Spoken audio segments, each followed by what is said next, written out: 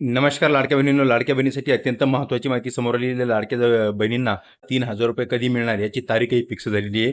आता मार्च एप्रिलच्या हप्त्यापासून मोठी अपडेट आपण या व्हिडिओच्या माध्यमातून पाहणार आहोत. मित्रांनो, लाडक्या बहिणीसाठी दिलासादायक बातमी म्हणजे अशी आहे की 3,000 रुपये त्यांच्या खात्यावर जमा होण्याची शक्यता आता काही माध्यमांनी वर्तवली आहे. लाडकी बहीण योजनेच्या लाभार्थ्यांना मार्च महिन्याचा हप्ता अजूनही देण्यात आलेला नाहीये.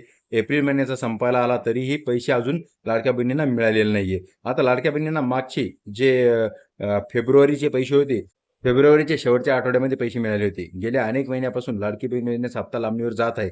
त्यामुळे महिलांच्या मनात निराशा निर्माण झालेली आहे. आता एकीकडे बऱ्याच माध्यमातून अशी माहिती मिळत आहे की 1,500 रुपये लाडक्या बहिणींना हे मार्चचे जे चालू मार्चचे 1,500 रुपये एप्रिलच्या ह्या शेवटच्या हप्त्यामध्ये मिळण्याची दाट शक्यता आता वर्तवली जाते. त्यामध्ये म्हणजे 3,000 जर एकत्र मिळाली तर ते 15 मे पर्यंत 3,000 रुपये लाडक्या बहिणींना मिळणार आहे. म्हणजे मार्चचे 1,500 आणि एप्रिलचे 1,500 अशी मिळून 15 तारखेपर्यंत, मेच्या 15 तारखेपर्यंत हे पैसे मिळण्याची आता दाट शक्यता वर्तवली जात आहे. आणि पण नुसते मार्चचे जर पैसे मिळाले 1,500 रुपये तर ते लाडक्या बहिणींना जवळपास 29 ते 30 एप्रिलच्या दरम्यान मिळू शकतात. यातून अशी सुद्धा आता दाट शक्यता वर्तवली जात आहे.